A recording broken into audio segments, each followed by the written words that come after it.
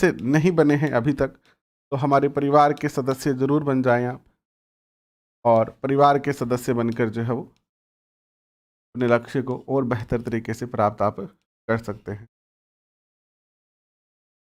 ठीक, तो चलिए देखिए, मैं थोड़ा सा आपको बता देता हूँ। एक यूनिट 1 हमने कंप्लीट कर ली है, मनोविज्ञान का परिचय, मनोविज्ञान की विधियाँ, और 3 तक यूनिट हमने पूरी कर ली है।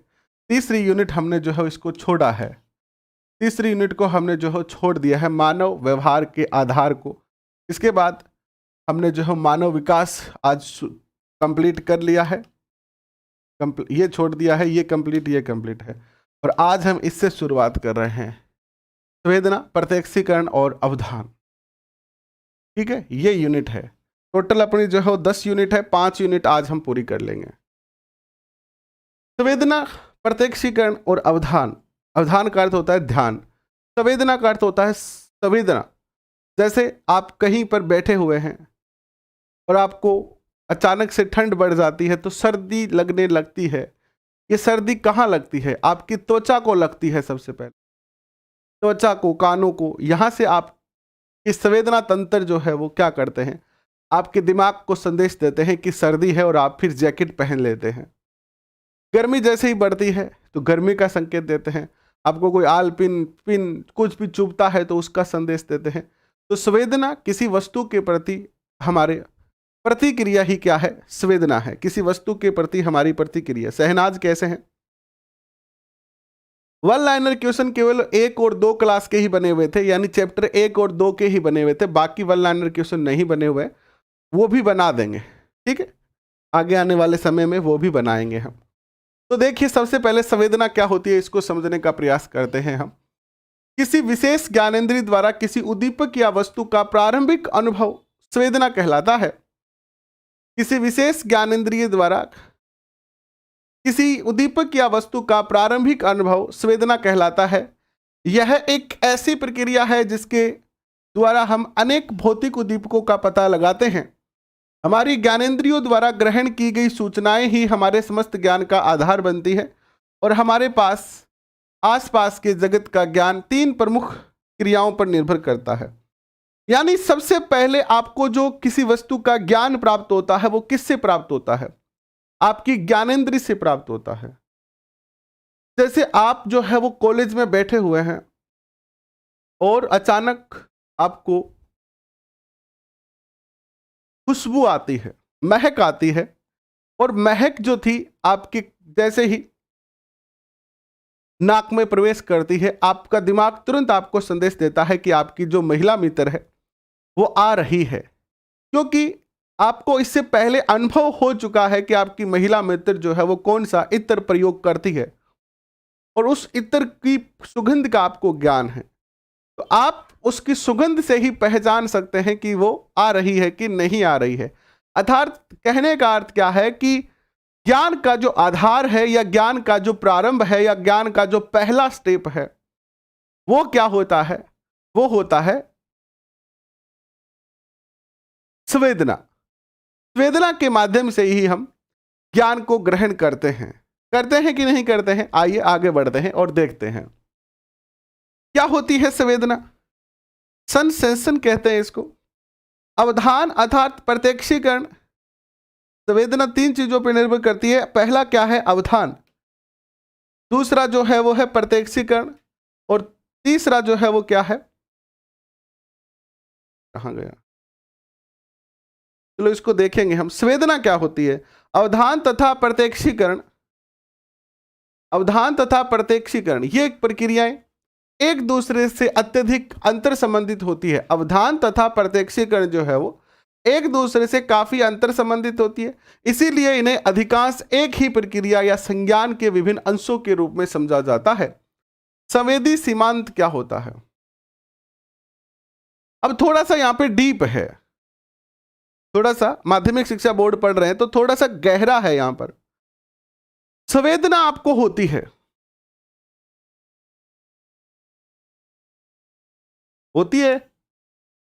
कब होती है? जैसे मैंने एक उदाहरण दिया इससे पहले कि आपकी जो, जैसे कोई लड़का है तो उसकी महिला मित्र है, या कोई लड़की है उसका पुरुष मित्र है, कॉलेज में अक्सर ऐसे होते हैं। तो ये एक ए लड़का है और उसकी महिला मित्र यहां है 2 किलोमीटर दूर। ये दूरी जो है वो 2 किलोमीटर की है। तो क्या उसको पता चलेगा कि वो आएगी कि नहीं आएगी?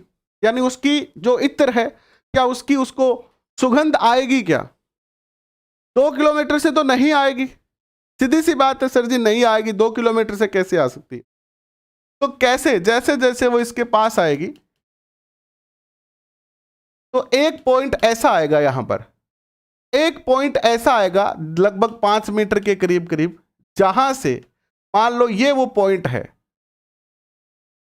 जहां से इस लड़के को सुगंध आ जाएगी, जहां से इस लड़के को सुगंध आ जाएगी कि वो आ रही है, उसकी खुशबू आ जाएगी। तो इस पॉइंट को हम क्या कहेंगे? इस पॉइंट को हम क्या कहेंगे? संवेदी सीमांत कहेंगे। संवेदी सीमांत कहेंगे। यानी वह पॉइंट जहां से आपको संवेदना महसूस होती है, जहां से आपको संवेदना महसूस होती है। इसको थोड़ा और समझने का प्रयास करते हैं। कुछ उद्दीपक इतने कमजोर या कम तीव्रता के होते हैं कि व्यक्ति उनका पता नहीं लगा पाता है। इसका अर्थ यह है कि हमारी ज्ञानेंद्रिय कुछ सीमाओं में कार्य करती है। उदाहरण के लिए कान बहुत धीमी ध्वनि को नहीं सुन सकते हैं। जैसे दिन के समय आप मच्छर के भू भू करने तो उसके पंखों से आवाज आती है, ऐसे गूं, है ना, गूं ऐसे। बट वही मच्छर जब रात को आपके कान के पास उड़ता है तो उसके पंखों की आवाज आपको सुनाई देती है। इसका कारण तो हालांकि यह है कि सुबह के समय और बहुत ज्यादा नॉइस होती है, बहुत ज्यादा आवाज होती है, जिसके कारण नहीं सुनाई देता है। लेकिन यहां पर क्या बताया जा रहा है आपको? यहां पर आपको यह बताया जा रहा है, यहां पर आपको यह बताया जा रहा है कि हमें कुछ सुनने के लिए एक निश्चित पॉइंट होता है। यही बात अन्य ज्ञानेंद्रियों के बारे में भी लागू होती है। मानव के रूप में हम उद्दीपक की एक निश्चित सीमा में होने पर ही उसका पता लग जाता है। उद्दीपक एवं उनकी व्यक्ति उद्दीपक एवं उनकी व्यक्ति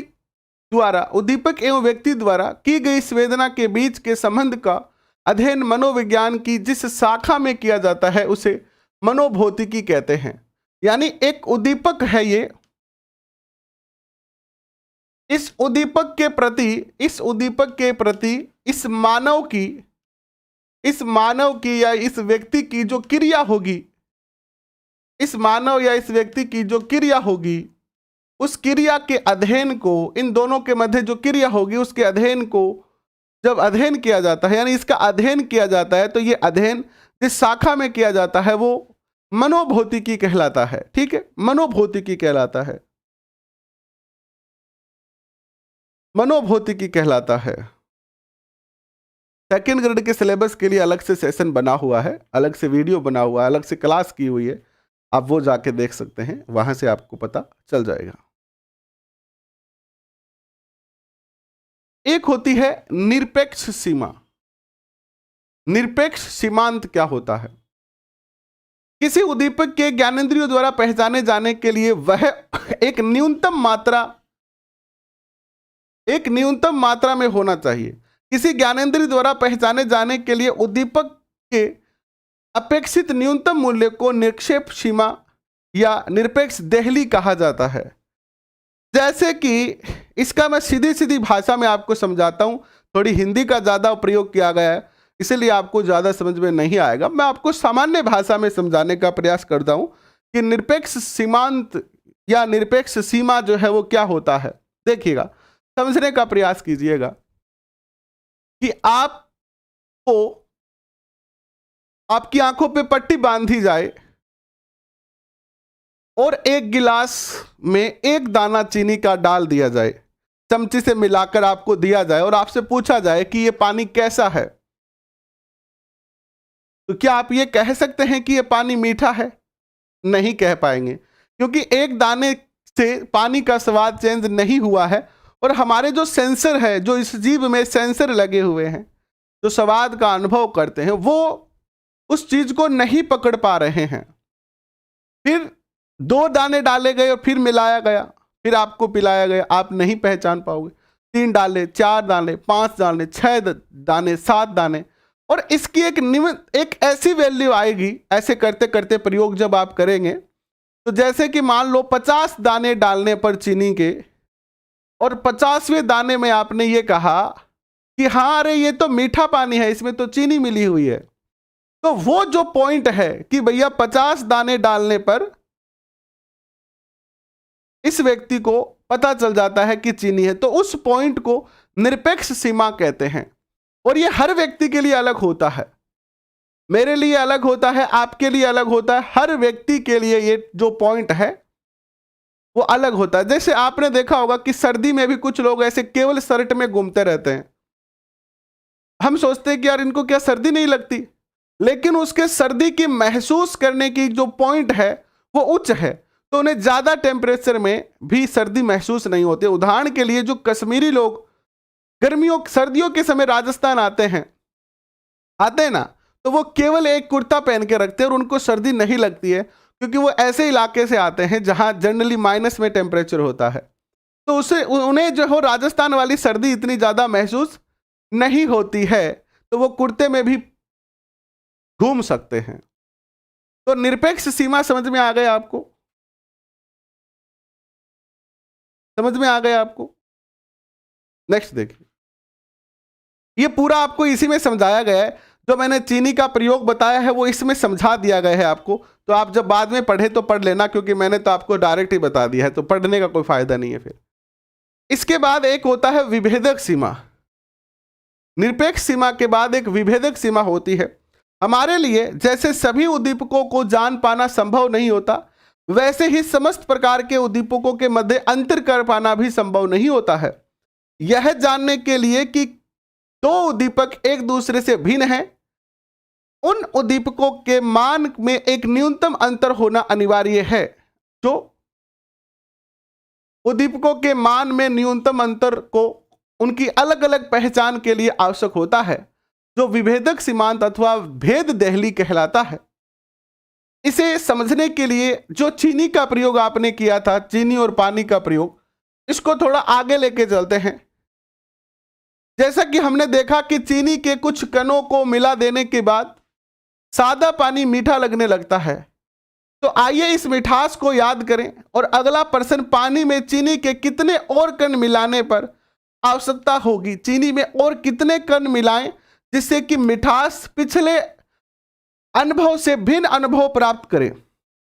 जैसे आप किसी के घर पे जाते हो, साधारण तरीके से समझाता हूं, बुक से समझ में आना थोड़ा कठिन हो जाता है कई बार, क्योंकि इसकी भाषा थोड़ी अलग टाइप की होती है। साधारण तरीके से समझिए, आप अपने रिश्तेदार के घर पे गए हैं और वहां पर आपको चाय सर्व की गई है,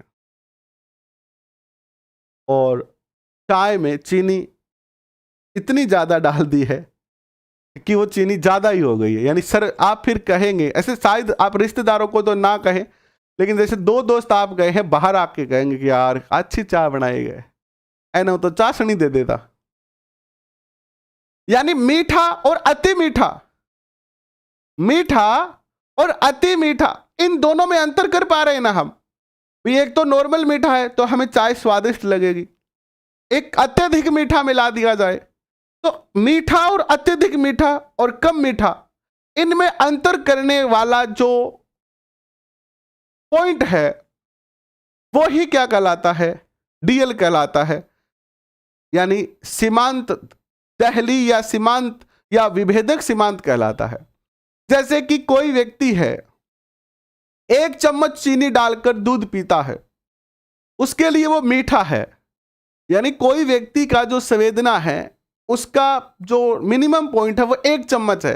यानी 1 चम्मच चीनी से उसको मिठास का अनुभव होता है, मिठास की संवेदना होती है। उस व्यक्ति को अगर 2 चम्मच चीनी डाल के देंगे तो वो उसके लिए अति मीठा होगा।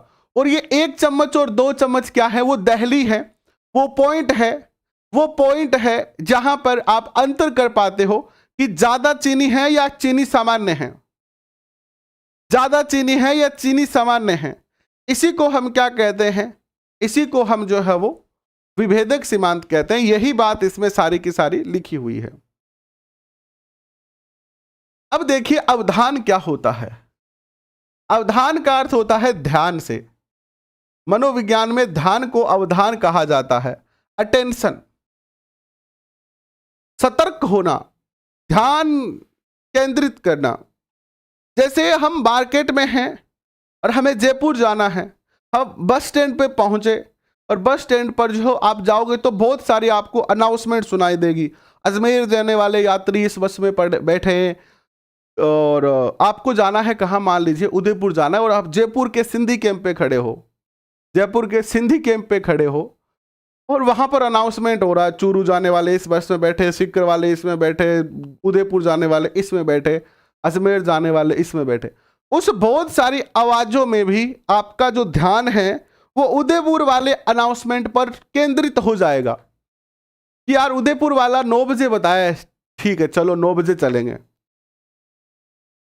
भीड़ के अंदर कॉलेज में बहुत सारे लोग, लड़के लड़कियां पढ़ रहे हैं, लेकिन आपका जो मित्र है, आपका जो सखा है, सहेली है, उसको आप जो है वो सैकड़ों लोगों की भीड़ में भी पहचान लेंगे कि वो मेरे वाला या वो मेरी वाली है। जब आप पेपर दे के निकलते हैं और आपके माता पिता बाहर डिवाइडर पर या रोड पर खड़े होते हैं और सैकड़ों बच्चे एग्जाम हॉल से बाहर निकल रहे होते हैं, आपकी आंखें आपके माता पिता को पहचान लेती है और आपके माता पिता की आंखें आपको पहचान लेते हैं। क्यों? क्योंकि आपका ध्यान उन लोगों पे नहीं है, बाकी लोगों पर, आपका तो अपने वाले पर ही ध्यान है ना। तो यही है बहुत सारे उद्दीपकों में से, क्योंकि हमारे इर्द गिर्द बहुत सारे उद्दीपक हैं, बहुत सारे उद्दीपकों में से किसी एक उद्दीपक पर ध्यान केंद्रित करना ही अवधान कहलाता है। बहुत सारे उद्दीपकों में किसी एक उद्दीपक पर ध्यान केंद्रित करना ही क्या कहलाता है? उद्दीपक कहलाता है। हिंदी कैब में बहुत प्रॉब्लम हुई, क्यों हुई? आपको क्या दिक्कत आई बताएं।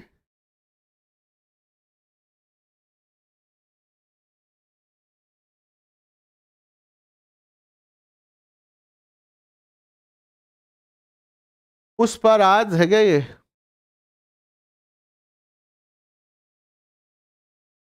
उस पर आज अलग से सेशन बना हुआ है। अब मैं सिलेबस बताने बैठूंगा तो फिर ये सेशन कैसे करूंगा? सिलेबस के लिए अलग से सेशन किया हुआ है, आप देख लो जाके। उसमें पेपर भी करवाया हुआ है, आपको पेपर भी करवाया हुआ है, सिलेबस भी बताया हुआ है। आप पुराने सेशन को देख तो लीजिए ना पहले। सेकंड ग्रेड का भी सिलेबस बताया हुआ है। सेकंड ग्रेड का एसएसटी का कंप्लीट सिलेबस हिंदी में बताया हुआ है, विथ हिंदी, यानी अंग्रेजी प्लस हिंदी दोनों में बताया हुआ है। पुराने सेशन जाके देखें। क्लास के बीच में हम सिलेबस पे डिस्कस नहीं कर सकते हैं। सिलेबस के लिए हमने अलग से सेशन रखे और उसमें हमने सिलेबस के बारे में विस्तार से आपको बताया है। वो सेशन देखिए आप, उसमें आपको सारे क्वेश्चन का जवाब मिलेगा। और वहां पर अगर आपको कोई डाउट हो तो आप फिर मुझे यहां पर आके पूछ सकते हैं, कोई दिक्कत नहीं है। आप जिस कमरे में बैठकर पढ़ रहे हैं वहां अनेक वस्तुएं मौजूद हैं, आपके लिए उद्दीपक हो सकती हैं, जैसे कि कुर्सी, टेबल, पंखा, पुस्तकें आदि। परंतु इन सभी उद्दीपकों पर आपका ध्यान नहीं जाता है। आपका ध्यान पुस्तक के उस पृष्ठ पर है जिसे आप पढ़ रहे हैं। इसका अर्थ यह है कि हम सभी उद्दीपकों के प्रति अनुक्रिया नहीं करते। हम अपनी इच्छा तथा आवश्यकता के अनुसार कुछ उद्दीपकों को चुनकर उनके प्रति ही अनुक्रिया करते हैं। मनोविज्ञान में इस तरह की चयनात्मक प्रक्रिया को अवधान या ध्यान कहा जाता है। यानी बहुत सारे उद्दीपकों में से किसी एक उद्दीपक पर ध्यान केंद्रित करना ही मनोविज्ञान में क्या कहलाता है? क्या कहलाता है? अवधान कहलाता है। क्या कहलाता है? अवधान कहलाता है। यहां यह ध्यान देने योग्य है कि चयन के अतिरिक्त अवधान अन्य गुण जैसे कि सतर्कता, एकाग्रता, खोज आदि से भी संबंधित होता है। सतर्कता का आशय व्यक्ति की तत्परता से होता है। जैसे कि आपने अगर कभी भी ग्रेजुएशन लेवल पर या फिर 12th 11th लेवल पर एनसीसी ली होगी, एनसीसी कैडेट रहे होंगे तो उसमें अटेंशन बोला जाता है ना। अटेंशन अर्थात सचेत हो जाइए, सतर्क हो जाइए जो भी हो रहा है उसके लिए, जिससे वह अपनी समक्ष आए उद्दीपक का सामना करता है। अपने विद्यालय की दौड़ में भाग लेते समय आपने दौड़ प्रारंभ होने वाली लाइन पर प्रतिभागियों को दौड़ने के लिए सीटी बजाने की प्रतीक्षा सतर्क स्थिति में देखा होगा। यानी सीटी कब बजेगी, जब सीटी बजेगी तभी आप दौड़ोगे। तो बच्चा जो यहां दौड़ के लिए खड़ा होगा वो सतर्क रहेगा, किस आवाज को सुनने के लिए, सीटी की आवाज को सुनने के लिए। एक समय में कुछ विशेष वस्तुओं के बोध के लिए अन्य वस्तुओं को दृष्टि से बाहर रखते हुए उस पर ध्यान केंद्रित करने की प्रक्रिया को एकाग्रता कहते हैं। यानी बहुत सारे वस्तुओं में से किसी एक वस्तु पर ध्यान केंद्रित करना।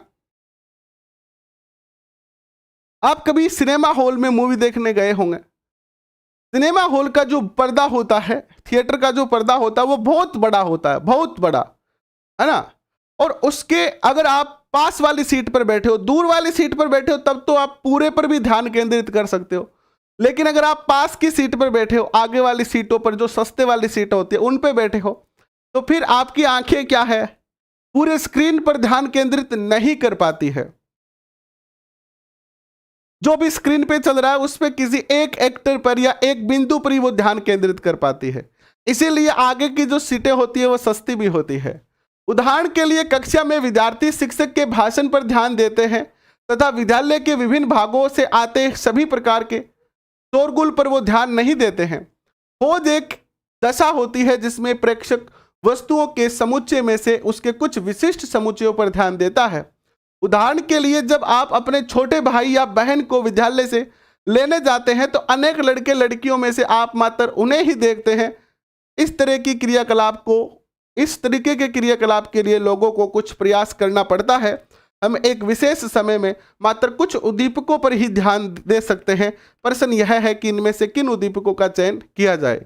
मनोवैज्ञानिकों ने उद्दीपकों के चयन को निर्धारित करने वाले अनेक कारकों का पता लगाया है। ये सारी बातें मैंने आपको उदाहरण देके बता दिया है कि अवधान क्या होता है। सीधा सीधा अगर सीधी भाषा में अवधान को समझे हम, तो अवधान होता है किसी एक उद्दीपक पर अपना ध्यान केंद्रित करना, यही अवधान है। जैसे अभी जो बच्चे ग्रेड की तैयारी कर रहे हैं उन्होंने ग्रेड पे ध्यान दे रखा है।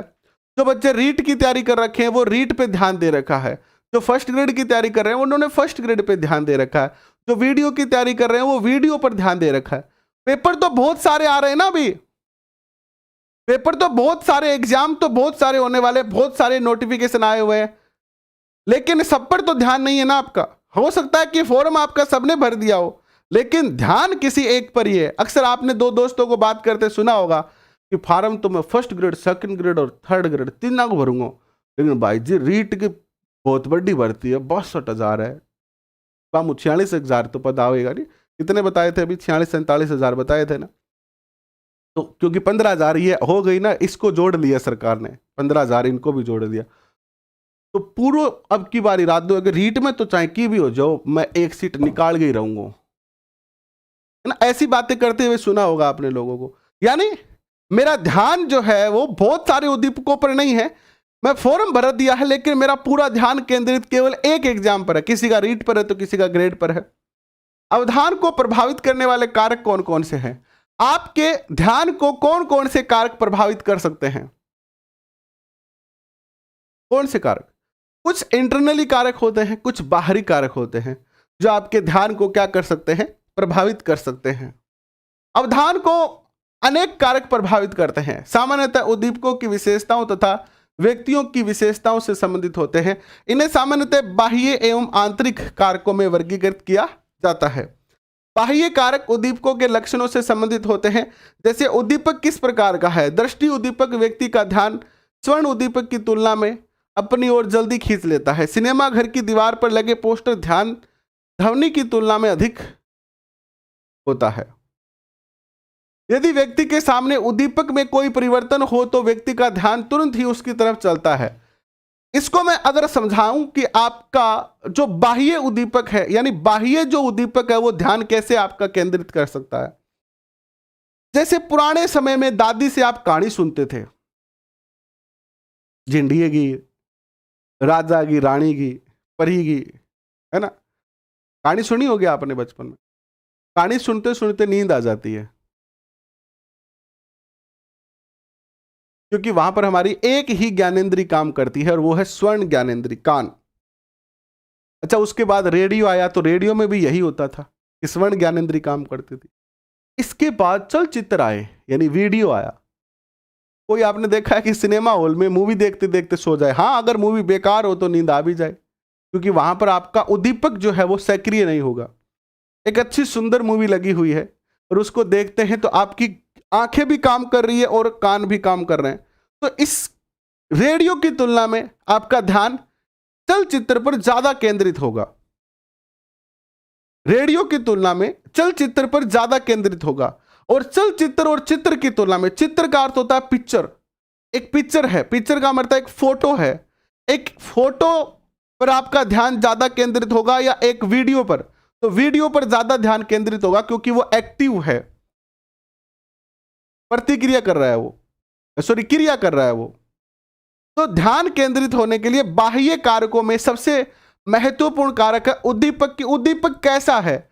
उद्दीपक आपकी रुचि के अनुरूप है, उद्दीपक आपकी रुचि के अनुरूप है कि नहीं है, आपके लिए उपयोगी है कि नहीं है। जैसे ही सरकार ने रीट की डेट फिक्स की कि 24 को होगा रीट का पेपर, 24 जुलाई को रीट का पेपर होगा, तो आपका सब बच्चों का, जिन्होंने बीएड बीएसटीसी किया है, सबने रीट पर ध्यान केंद्रित कर लिया। मान लो कल को सरकार ये कह दे कि हम जो है वो ग्रेड सेकंड का पेपर जो है वो 25 अप्रैल को करवाएंगे, मैं एक उदाहरण के तौर पर समझा रहा हूं, तो जो बच्चे बीएड किए हुए उनका ध्यान जो है एक बार फिर से सेकंड ग्रेड खींच सकता है, सेकंड ग्रेड की ओर ध्यान केंद्रित हो सकता है। क्यों? क्योंकि वह सेकंड ग्रेड का उद्दीपक ज्यादा स्ट्रांग हो जाएगा। तो जो उद्दीपक ज्यादा स्ट्रांग होगा वह अपनी ओर अपना ध्यान ज्यादा केंद्रित करेगा, वह अपनी ओर अपना ध्यान जो है वो ज्यादा केंद्रित करेगा।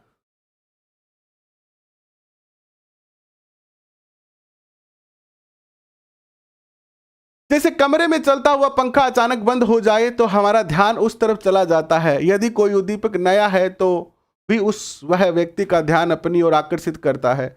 हमारी नई पोशाक पर अन्य व्यक्तियों का ध्यान चला जाता है। यदि कोई व्यक्ति किसी दिन विद्यालय में प्रतिदिन से हटकर धोती कुर्ता पहनकर आता है तो हमारा ध्यान भी उस ओर चल जाता है। ये सारी बातें तो मैंने बता दी है। आंतरिक कारकों की चर्चा करते हैं कि आंतरिक कारक कौन से हैं जो आपके ध्यान को केंद्रित करते हैं। तो भूख, अब आपको भूख लगी और रोटी खाई नहीं, आपने खाना नहीं खाया है, तो कितनी देर तक आप पढ़ पाएंगे? जब भी आप पढ़ने बैठेंगे अंदर से बिलिया कूदेगा पेट में, कर रोटी लाओ रोटी लाओ रोटी लाओ, खानो खाऊंगा। तो जब तक पेट नहीं भरा होगा, पुरानी कहावत भी तो है ना एक ऐसी कि भूखे पेट भजन ना होए, भूखे पेट भजन ना होए। तो भूखा पेट जब भजन ही को नहीं हुआ है तो पढ़ाई तो होनी संभव ही को नहीं। क्यों नहीं है? क्योंकि आपका ध्यान जो है वो खाने पर केंद्रित हो जाता है कि खाना कब मिलेगा, और आप प्रयास कर रहे हैं पढ़ने का, तो आपका ध्यान क्या करता है? वो हटाता है। हल्की गंध, यानी कोई सुगंध आ रही है, आपको कोई गंध आ रही है जिससे विद्यार्थी को परीक्षा देनी होती है। जिस विद्यार्थी को परीक्षा देनी होती है वह परीक्षा न देने वाले विद्यार्थी की तुलना में शिक्षक के भाषण पर अधिक ध्यान केंद्रित करता है।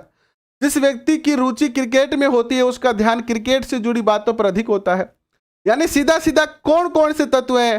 भूख, प्यास, नींद, रुचि, उपयोगिता, ये सब इंटरनली फैक्टर हैं जो आपके ध्यान को क्या करते हैं? प्रभावित करते हैं, अवधान को प्रभावित करते हैं।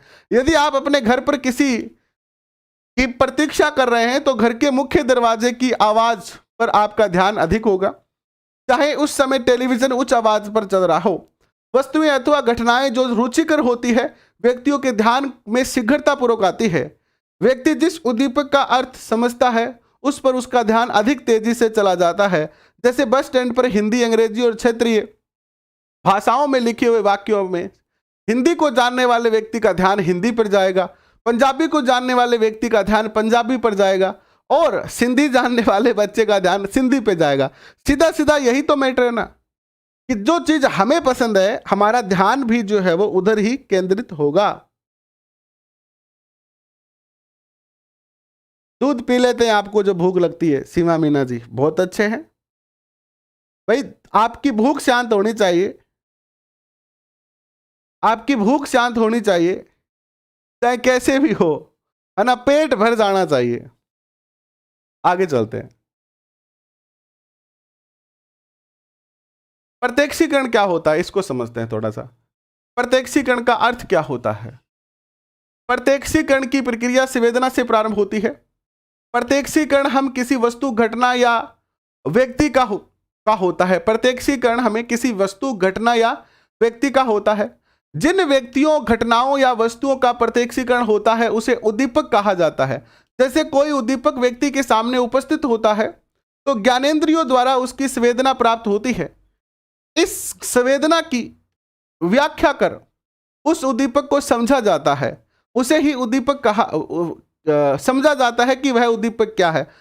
जैसे एक लड़के का विवाह हुआ और वो अपने ससुराल गया, ऐसे विवाह के दूसरे दिन ऐसे पूठ मोड़ा होता है ना, अपना पूठ मोड़ा, जानते हो आप, हमारे इधर इसको पूठ मोड़े का रस्म कहते हैं।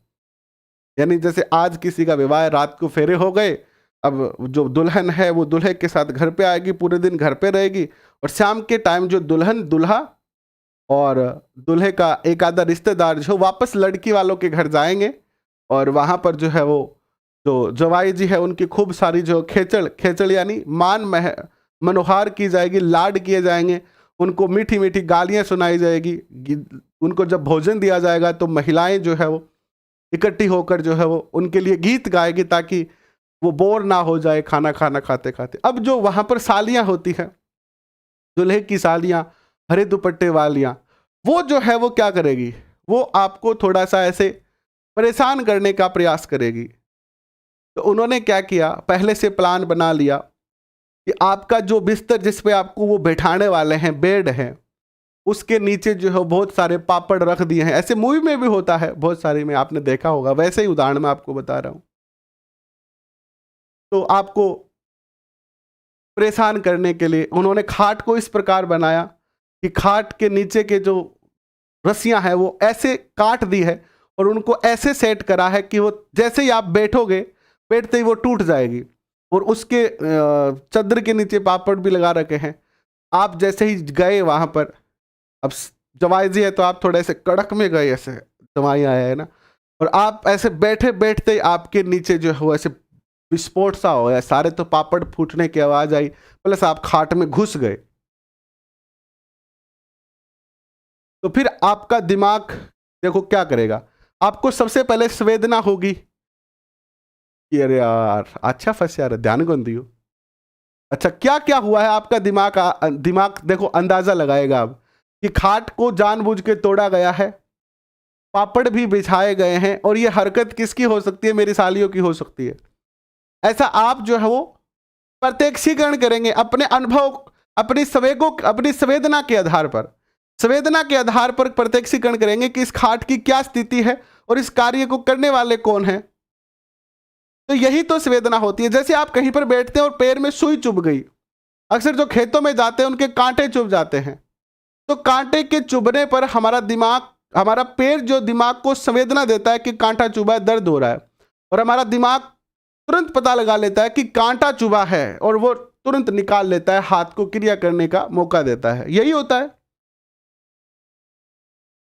है ना। आगे बढ़ते हैं। इस संवेदना की व्याख्या कर उसके उद्दीपक को समझा जाता है कि वह उद्दीपक क्या है। इसे प्रत्यक्षीकरण कहते हैं। यानी संवेदना जो है वो ज्ञान की देखो ज्ञान कैसे प्राप्त होता है यह समझाया गया इस चैप्टर में। ज्ञान की प्राप्ति के लिए सबसे पहला कार्य है संवेदना। संवेदना जब आपको होगी तो संवेदना के आधार पर आप सेकंड स्टेप पर पहुंचेंगे, प्रत्यक्षीकरण करेंगे। क्या करेंगे आप? प्रत्यक्षीकरण करेंगे, यानी उस संवेदना का विश्लेषण करेंगे। ठीक है, संवेदना का क्या करेंगे आप? विश्लेषण करेंगे, प्रत्यक्षीकरण हो जाएगा। और इसके बाद जो है वो आप क्या करेंगे? उसका इमेज बनाएंगे कि वास्तव में ये घटना है क्या। तो यही ज्ञान प्राप्ति का क्या है? यही ज्ञान प्राप्ति का जो है वो क्या है? प्रोसेस है। इसी तरीके से ज्ञान की जो है वो क्या होती है? प्राप्ति हमें होती है। समझ आ रहा है आपको? और योगेश कह रहे हैं कि सर अपनी बात बता रहे हैं। अब ये मेरी खुद की मान लो या किसी की मान लो, किसी की भी मान लो, लेकिन मान लो आप, चाहे किसी की भी हो, आप मान लो बस, ठीक है ना? मान लो आप। आगे बढ़ते हैं।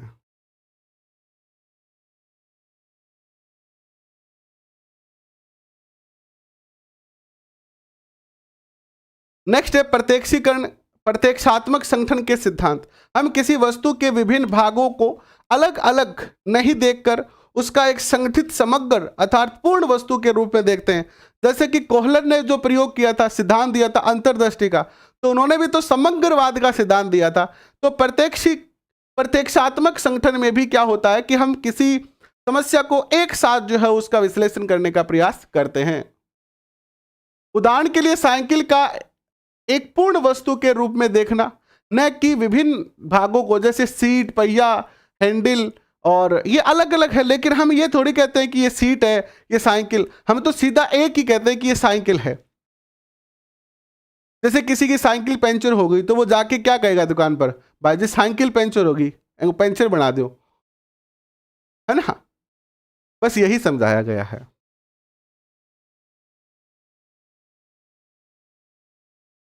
और यही गेस्टोल्टवाद सिद्धांत है, प्रत्यक्षात्मक संगठन का नियम बनाए गए हैं।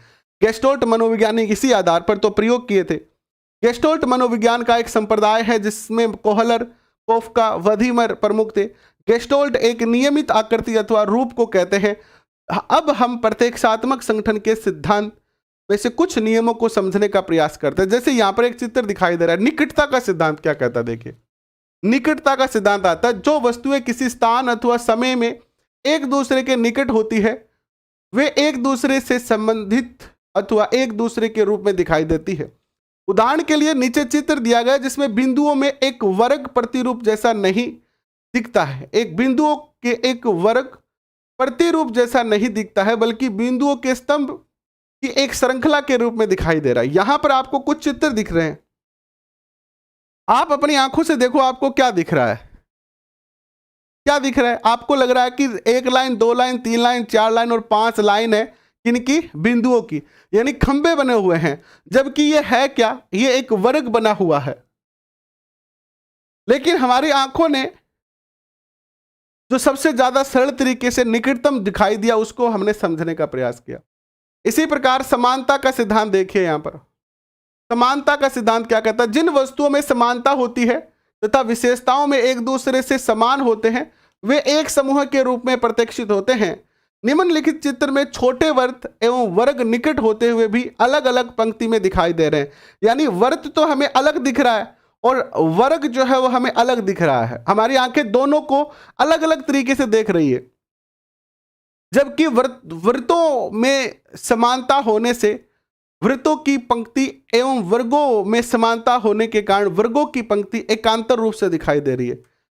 यानी आप इस चित्र को जैसे दूर से देखते हैं तो इसमें आपको वृत्त और वर्ग जो है वो अलग अलग दिखाई दे रहे हैं।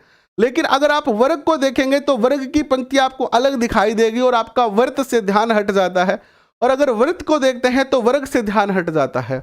यानी एक जैसी वस्तुओं को हम आसानी से समझ सकते हैं, एक जैसे वस्तुओं को हम समझ सकते हैं एक वस्तु पर ध्यान केंद्रित करके।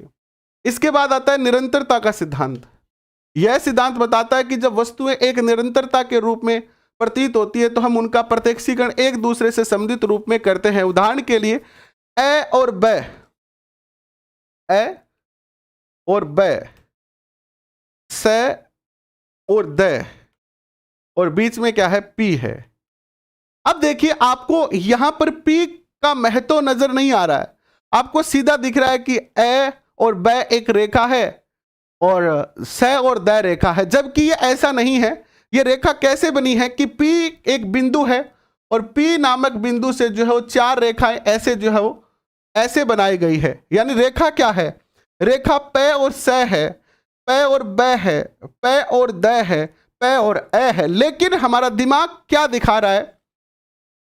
हमारा दिमाग निरंतरता दिखा रहा है कि ऐसे ब तक निरंतरता और स से द तक की निरंतरता है। अलग अलग चार रेखाओं को दो रेखा बना के हमें दिखा रहा है। ठीक है, हाँ, सूझ भी इसी से होती है, गेस्टोल्टवादी सिद्धांत से। इसके बाद देखिएगा अविच्छिन्नता। अविच्छिन्नता का सिद्धांत क्या कहता है? इस सिद्धांत के अनुसार जब एक क्षेत्र अन्य क्षेत्रों से घिरा हुआ हो तो उसे हम आकृति के रूप में देखते हैं। उदाहरण के लिए चित्र की प्रत्येक सफेद पृष्ठभूमि में 4 चित्रों के रूप में दिखाई देता है, न कि शब्द के रूप में। अब यहां पर आपको जो है देखना, आपको किसका चित्र दिख रहा है? ये किसका चित्र दिख रहा है? ये आपको किसका चित्र दिख रहा है? ये आपको ब्लेड का चित्र दिख रहा है, ब्लेड जिससे आप शेविंग करते होंगे। बट वास्तविकता में यहां पर क्या है? कुछ अक्षर बने हुए हैं, कुछ अक्षर यहां पर बने हुए हैं, है ना? लेकिन हम अक्षरों की जगह एक पूरी समग्र आकृति को ही देख रहे हैं। इसके बाद जो आता है पूर्ति का सिद्धांत। अब हालांकि ये वर्ग नहीं है, ये वृत्त नहीं है, नहीं है ना, बीच बीच में कटी हुई ये रेखाएं, लेकिन हम जब इसको देखेंगे और आपसे पूछेगा कोई कि ये उधर वाला किसका चित्र है, तो आप कहेंगे वर्ग है, और इधर वाला किसका चित्र है? वृत्त है। हमने इन कमियों को स्वतः ही क्या कर दिया है? हमारे दिमाग ने इसको पूरा कर दिया है। यह होता है आपका पूर्ति का सिद्धांत। उद्दीपक में जो लुप्त अंश होते हैं उसे हम भर लेते हैं तथा वस्तुओं का प्रत्यक्षीकरण उनके अलग अलग भागों के रूप में नहीं बल्कि समग्र आकृति के रूप में करते हैं। उदाहरण के लिए चित्र में रिक्त स्थान को पूर्ण करने की प्रवृत्ति के कारण इसे वर्ग एवं वृत्त के रूप में देखते हैं। इसके बाद देखिएगा प्रत्यक्षण को प्रभावित करने वाले तत्व, यानी आप जो प्रत्यक्षण कर रहे हैं, यानी आप जो विश्लेषण कर रहे हैं, उसको कौन कौन से तत्व प्रभावित करते हैं? तो कुछ व्यक्तिगत कारक होते हैं, सामाजिक कारक होते हैं, सांस्कृतिक कारक होते हैं और राजनीतिक कारक होते हैं। ये आपके प्रत्यक्षण को क्या करते हैं? प्रभावित करते हैं। व्यक्तिगत कारक बहुत सारे हो सकते हैं। ये चैप्टर इतना ज्यादा हमारे लिए इंपॉर्टेंट नहीं है जितना कि अगला अधिगम वाला चैप्टर इंपॉर्टेंट है। देखिए, व्यक्तिगत प्रत्यक्षीकरण के व्यक्तिगत कारक कौन से हैं? जैसे कि व्यक्तिगत आवश्यकता, जिस चीज पर आप अपना विश्लेषण कर रहे हैं या ध्यान केंद्रित कर रहे हो वो आपके लिए आवश्यक है क्या? व्यक्ति की शारीरिक आवश्यकता, भूख, प्यास, यौन, नींद। यदि व्यक्ति की भूख की आवश्यकता है तो वह अनेक उद्दीपकों में से केवल भोज्य पदार्थों का ही चयन करेगा। यानी हम किसको ग्रहण करते हैं, किस पर ज्यादा ध्यान केंद्रित करते हैं, किसका विश्लेषण करते हैं जो हमारे लिए आवश्यक है। सबसे अच्छा उदाहरण है कि बहुत सारी भर्ती आ रही है लेकिन हमारी आवश्यकता रीट है तो हम रीट के लिए मेहनत कर रहे हैं। भूखा व्यक्ति भोजन चाहेगा, प्यासा व्यक्ति जो है वो पानी चाहेगा। चाहेगा कि नहीं चाहेगा? जिस चीज को आपकी आवश्यकता है वही तो चाहोगे ना आप। फिर व्यक्तिगत मूल्य, व्यक्ति के प्रत्यक्षीकरण में उसके व्यक्तिगत मूल्यों का प्रभाव पड़ता है। एक ही उद्दीपक को लोग अलग अलग भिन्न भिन्न व्यक्तिगत मूल्यों के कारण भिन्न भिन्न रूप में प्रत्यक्षीकरण करते हैं। किसी के लिए रीट बेवफा है और किसी के लिए रीट एक सपना है ना? तो हर व्यक्ति एक ही उद्दीपक के बारे में अलग अलग दृष्टिकोण रख सकता है। इसके बाद है व्यक्तिगत मनोवृत्ति। व्यक्ति किसी वस्तु को अपनी मनोवृत्ति के अनुकूल देखता है। अपने दुश्मन का प्रत्यक्षीकरण हम जिस रूप में होता है उसे उसी रूप में मित्र का प्रत्यक्षीकरण नहीं होता। यानी जैसे कि 2021 की रीट में फेल हो गया एक बच्चा, तो उसके घर वालों ने, पड़ोसियों ने, दोस्तों ने उसको ताने दिए कि तू बेकार है, कुछ नहीं कर सकता, तू कभी सफल नहीं होगा, ऐसे ही गलियों में गंडगा बाटा मारता फिरेगा। अब एक बच्चे ने इस बात को सुनकर अपने आप को डीमोटिवेट कर लिया और दूसरे बच्चे ने इस बात को सुनकर अपने आप को फिर से मोटिवेट कर दिया कि नहीं, ये लोग मुझे ये कह रहे ना कि तू गड़्याम फिरगो, तो मैं दिखाऊंगा कि गड़्याम मैं कौन फिरूं, गड़्याम थे ही फिरेगा, मैं तो गुलाम फिरूंगा, मास्टर बन गए, टाबरा ने पढ़ा तो। यानी एक ही उद्दीपक को आप अपनी मनोवृत्ति के आधार पर अलग अलग तरीके से समझ सकते हैं, अलग अलग तरीके से समझ सकते हैं। ठीक है। व्यक्तिगत पूर्वाधारणा, आपकी पूर्वाधारणा क्या बनी हुई है, यानी आपकी सोच नेगेटिव है, पॉजिटिव है, उसके ऊपर भी डिपेंड करता है। मनोदशा, आपका मूड कैसा है। एक तो आपके पिताजी घर पर आए शाम को और खुश थे और आपने कहा पिताजी 500 रुपये चाहिए, तो वो पट से निकाल के दे देंगे खुशी खुशी। एक पिताजी आए वो गुस्से में थे और आपने उनसे 100 रुपये भी मांगे तो आपको वो 4 बात और सुना देगा, खा गयो तू, मान तो तेरी पढ़ाई खा गई गए, पिसा देते तो दाब क्यों में। तो मूड का भी बहुत बेहतरीन जो है वो प्रभाव पड़ता है।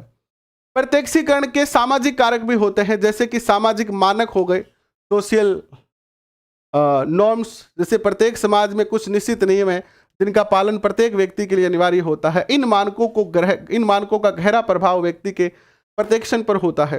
सामाजिक प्रथाएं हो गई, जैसे प्रत्येक समाज की कुछ सामाजिक प्रथाएं प्रचलित होती है। इन प्रथाओं में विभिन्न भिन्नता होने के कारण भिन्न भिन्न समाज के लोगों का संज्ञान और प्रत्यक्षीकरण अलग अलग होता है। सामाजिक शक्ति भी है, प्रत्येक समाज की कुछ निश्चित शक्तियां होती है जिनका प्रत्यक्षण पर प्रभाव पड़ता है। इसके बाद प्रत्यक्षीकरण के सांस्कृतिक कारक भी होते हैं, जैसे सांस्कृतिक कारकों का प्रभाव भी व्यक्ति के प्रत्यक्षीकरण पर पड़ता है। एक अध्ययन में अमेरिकन संस्कृति और गैर यूरोपियन संस्कृति के व्यक्तियों में कुछ कुछ आकृतियां दिखाई गई और उनसे जो रिजल्ट आया वो अलग अलग था। यानी हमारी संस्कृति से भी हमारे सोचने के दृष्टिकोण पर जो है क्या पड़ता है, इफेक्ट पड़ता है, प्रभाव पड़ता है। राजनीतिक कारक भी होते हैं। व्यक्ति के प्रत्यक्षीकरण के निर्धारण में राजनीतिक कारकों का भी प्रभाव होता है। प्रत्येक राजनीतिक दल के विशेष मानक होते हैं, उसी के अनुरूप प्रत्यक्षण होता है। इसी राजनीतिक संबद्धता के कारण साम्यवाद दल और पूंजीवादी दल के सदस्यों का प्रत्यक्षीकरण में अंतर देखा जाता है। भ्रम क्या होता है, बस ये लास्ट है अपना। भ्रम क्या होता है ये बताओ, आपको भ्रम हुआ है क्या कभी? भ्रम होना यानी जो चीज नहीं है वो भी हमें महसूस होना, भ्रम होना, भ्रमित होना, भ्रम होना, समझ नहीं आना। क्या होता है ये सारी चीजें, क्या होता है बताओ? देखिए, हमारे प्रत्यक्षीकरण हमेशा सही नहीं होता है। कभी कभी हम संवेदी सूचनाओं की सही व्याख्या नहीं कर पाते हैं। इस कारण वास्तविक उद्दीपक और उसके प्रत्यक्षीकरण में अंतर आ जाता है। हमारी ज्ञानेंद्रियों से प्राप्त सूचनाओं की गलत व्याख्या से उत्पन्न गलत प्रत्यक्षीकरण को सामान्यतः भ्रम कहते हैं। यानी कभी कभी ऐसा हो जाता है हमारे साथ कि हमारी जो ज्ञानेंद्रियां हैं वो किसी वस्तु का आंकलन सही नहीं कर पाती है और गलत सूचनाओं से हमारे दिमाग में, जैसे कि कॉलेज गए आप और कभी कभी आपका फर्स्ट इंप्रेशन ऐसा हो जाता है कि जाते ही किसी से बिना कारण के झगड़ा हो गया आपका। कभी कभी ऐसा हो जाता है कि किसी को आप समझ नहीं पाए, यानी कोई व्यक्ति आपको क्या कह रहा है उसके कहने को उद्देश्य न समझकर आप उसके शब्दों को समझकर और अपने मन में भ्रांति, जैसे किशोरावस्था का एक बालक होता है, उसको उसके माता पिता हमेशा रोकते हैं कुछ ऐसे कार्य करने से जो कि उसके लिए उचित नहीं है, और इसी चक्कर में माता पिता हमें कई बार डांट देते हैं, बड़े होने के बाद भी डांट देते हैं। जैसे अभी बहुत सारे ऐसे बेरोजगार हैं, खास तौर पर किशोरावस्था में ऐसा होता है कि बच्चा जो है माता पिता के प्रति एक धारणा बना लेता है कि मेरे माता पिता मेरे दुश्मन हैं। तो वो भ्रम है, क्योंकि हम जो है वो जो माता पिता के शब्द थे जो हमारे लिए उद्दीपक थे उनका हम सही से विश्लेषण नहीं कर पाए। तो अगर हमारे इस सीपीयू के अंदर इनपुट सही तरीके से नहीं जाएगा तो फिर वो क्या करेगा, भ्रम पैदा करेगा। जैसे रात में आप एक बार की बात है, मैं छोटो ही हो जो बचपन के अंदर पहली बार जिया खेत में रहा, मैं खेत में वो खेत रुखाड़ से लगभग 7वीं 6ठी 7वीं की बात है, वो खेत रुखाड़ांगा सावणी को टाइम हो, सावणी को टाइम हो जब अपने खेत में बाजरी मूंग मोठ काकड़िया मतीरिया बाहर आवे तो कि वह बाजरी का जगह ऊंटा हुआ है, यानी बाजरी की जगह कड़बी हुआ है वह बड़ी बड़ी हुआ है, या इतनी बड़ी जहाँ मेरे सर तक कड़बी हुआ है। अब क्या हुआ, दिन में तो कोई दिक्कत आई नहीं, अब रात का समय हुआ, अब रात को हम सो गए ऐसे एक स्थान पर खाट डालकर। अब रात को क्या है कि जब हवा चलती है तो बाजरी के जो सीटे होते हैं और जो पत्ते होते हैं वो आपस में ऐसे टकराते हैं और उससे जो है वो आवाज आती है। तो अब मुझे ऐसा लग रहा है कि कोई बाजरी से निकलकर मेरी तरफ आ रहा है, यानी बाजरी में कोई घुसा हुआ है और वो बाजरी में भाग रहा है या चल रहा है या मेरी ओर आ रहा है। तो 2-3 घंटे 4 बजे तक नींद नहीं आई, यानी 12 बजे से लेकर और 4 बजे तक मैं बार बार खाट पे खड़ा होकर कभी इधर देखता कभी उधर देखता कभी उधर देखता। अब प्लस में एक और हो गया कि खेत में रहती थी लूंकड़ी। लूंकड़ी को जानते हैं आप? मुझे पता नहीं कि आप जानते कि नहीं जानते, और आपके इधर लूंकड़ी को क्या कहते हैं ये भी मुझे पता नहीं है, लेकिन वो रात को रोती बहुत गंदा है, बिल्ली जैसे रोती है ना उससे भी ज्यादा गंदी रोती है वो, है ना। आप ये नहीं कह सकते कि ये कोई पशु रो रहा है, यानी कोई जीव रो रहा, ऐसे लगेगा कोई भूतनी बाजनी है ना। तो भैया उस रात फिर सो नहीं पाया मैं 4 बजे तक। फिर 4 बजे बाद में जो है वैसे थोड़ा थोड़ा क्या हो जाता, दिन जैसा हो जाता, तो फिर जो है जाके नींद आई। तो ये भ्रम था। भ्रम बाद में सुबह पता चला, सुबह मैं पूरे खेत में घुमा तो ऐसा कुछ नहीं था। फिर विश्लेषण दोबारा से किया गया कि ऐसा क्यों अनुभव हुआ। तो ऐसे फिर बाद में जब थोड़ी समझ बढ़ी, समझ उसके बाद तो मैं खेत में गया नहीं कुछ समय तक, 2-3 साल तक, रात को नहीं रहा स्पेशली। लेकिन बाद में धीरे धीरे समझ बढ़ी कि क्यों ऐसा फील हुआ। तो दिमाग को फिर से इनपुट दिया गया कि जब हवा चली तो बाजरे के पत्ते ऐसे आपस में टकराए, जैसे आवाज पैदा हुई, और जो आवाज रोने की आ रही थी वो बिल्ली, लोमड़ी या लुकड़ी इनकी थी। तो ऐसा भ्रम क्या होता है, कई बार गलत समझ लेने से भ्रम उत्पन्न हो जाता है। तो हमारा प्रत्यक्षीकरण अगर सही नहीं होगा तो भ्रम हो जाएगा। उदाहरण के लिए अंधेरे में चलते हुए किसी रस्सी को मार्ग में पड़ा देखते हैं। अंधेरा होने के कारण हम उस रस्सी को रस्सी नहीं समझकर क्या समझ लेते हैं, सांप समझ लेते हैं। पुराने जमाने में, आज तो क्या है कि गलियों में लाइटें लगी होती है, लेकिन हम जब छोटे थे, आप जब छोटे थे तब क्या होती थी, गलियों में लाइटें नहीं होती थी, लाइटें केवल घर में होती थी, गली बिल्कुल अंधेरी होती थी। तो कुछ शैतान बच्चे भी ऐसा करते थे कि एक रस्सी को ऐसे मोड़कर जो है वो गली में रख देते थे।